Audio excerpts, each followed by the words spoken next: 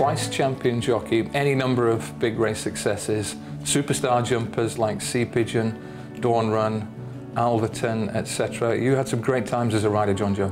Oh, fantastic, yeah. We were very lucky, really. I was riding for the right people at the right time, you know, which is all about getting on the better horses, isn't it, you know? Just tell people what Sea Pigeon was like. Champion hurdle winner, high-quality horse from the flat, ran in the Derby, a real superstar. Fantastic horse. He had an awful lot of pace, really, and jumped really quickly, but once he hit the front, you know, he pulled up like he had done his job and won his race. So it was important to time your race properly, which I got it wrong plenty of times, really, but we got it right a few times. Peter Easterby also trained night nurse at the same time, top quality hurdler, but he went on to do pretty much as well over fences. He was just like riding Concord around, you know, he had a fantastic neck on him, great front on him. When he landed behind the fence, he was like a sprinter coming out the stalls. He'd shoot you back in the saddle, like, power was fantastic. Horses like that, you don't find them like that anymore, really. No. I wish I could have a few like that. 1986, no pressure whatsoever. Every man and woman in Ireland knew that Dawn Run was going to win the Gold Cup.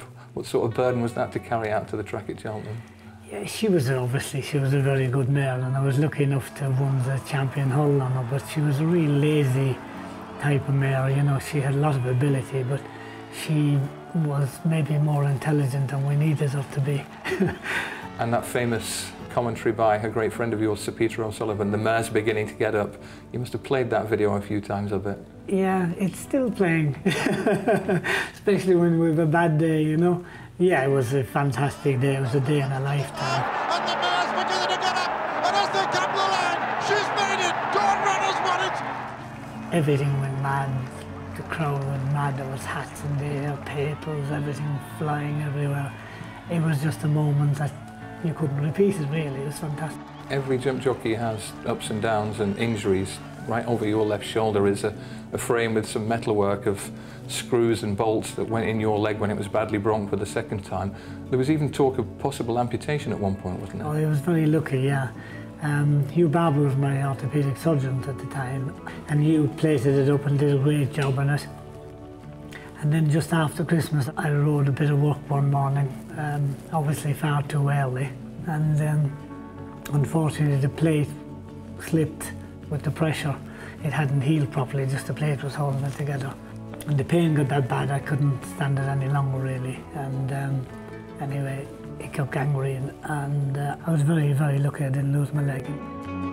When you retired, you had amazing stats, 900 and odd winners, 149 in a season to become champion, and yet we have guys now, particularly AP McCoy, knocking out 200 and odd. Why are these guys lasting so well these days? It's a different era. And they have it so easy, really, haven't they, these days? They've got chauffeurs, they've got agents, they've got everything, haven't they, you know? They don't have wooden rails, it's all... The whole, no, to be honest, jokes aside, the game has come on fantastic, really. Like, we have plastic rails, plastic wings, where we had wooden wings and things like that, which was really dangerous, and concrete posts and all that, that's all gone. But the lads today are, I'd say, much fitter, you know? And obviously they're breathalyzed and all sorts, so there's no such thing as pulling a bottle out from under the bed or under the seat, you know. We had great times, and the game has improved so much. It's fantastic, really, and it's progressing all the time, which is fantastic, you know.